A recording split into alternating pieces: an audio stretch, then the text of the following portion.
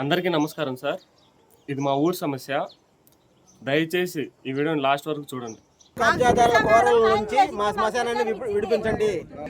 అందరికీ నమస్కారం. నా పేరు నెల్లిపల్లి అల్లయ్య. మాది రైల్వే కోడూరు మండలము పురుగుంటపల్లి పంచాయతీ ఐవారపల్లి హరిజనవాడ గ్రామస్తులము. 60 సెంట్లు స్థలం ఇస్తా అని చెప్పి మా ఊరికి ఒక పెద్ద స్టేజ్లో నిలబడి ఊరు పెద్ద సమస్యల్లో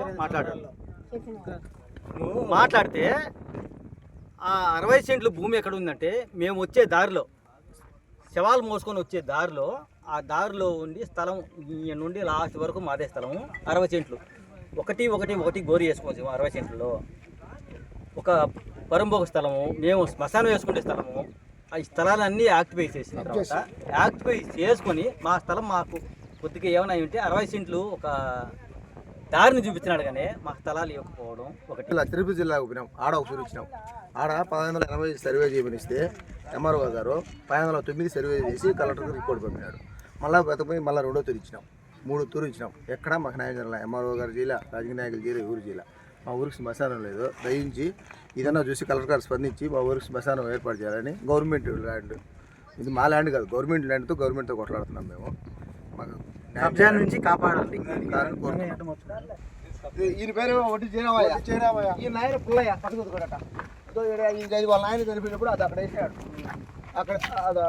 మా గ్రామస్తులు గత 6 నెలల పాటు నిరంతరాయంగా కొంతమంది వాళ్ళ యొక్క ఉద్యోగ పని ఉపాధిని కూడా వదులుకొని వారు దీనికోసం ప్రయత్నం కొనసాగిస్తున్నారు. ఈ ప్రయత్నానికి గ్రామస్తులందరూ కూడా సపోర్ట్గా నిలబడుతున్నారు. కాకపోతే ఇంతమందికి మేము అర్జీలు ఇచ్చినప్పటికీ మాకు వచ్చేసి న్యాయం అనేది నత్తనడక నడుస్తూనే ఉంది. ఏ విధంగా కూడా ముందుకు సాగడం లేదు. దీన్ని మనమేమి మన యొక్క సొంత భూముల కోసం మనం దీన్ని వాడుకునేదానికి మనం అడగలేదు. మా గ్రామంలో చనిపోయినటువంటి వ్యక్తులను వేసుకునే దానికోసం మనం అడుగుతా ఉన్నా కూడా ఎందుకు ఈ యొక్క అధికారులు కానీ ఈ యొక్క ప్రభుత్వాలు కానీ ఇవన్నీ ఎందుకు స్పందించడం లేదు అని. ఎంఆర్ఓ సార్ గారు 3 సార్లు 2 ఏళ్ళు తిరిగాం. ఎంఆర్ఓ సార్ ఎవరే కానీ పట్టించుకోవడం. ఏదో మీరే గవర్నమెంట్ మాకు సహాయం చేయాలి. శిరీష మేడం మాకు ఇచ్చింది. శిరీష మేడం ఇచ్చింది డాక్యుమెంట్స్ వీళ్ళంతా కబ్జా చేసి సపోర్ట్ చేస్తున్నారు. ఈ విజయం సాధించుకునే పోరాటంలో మా ప్రాణాలను కూడా మేము లెక్క చేయమని కూడా మేము తెలియజేస్తున్నాము.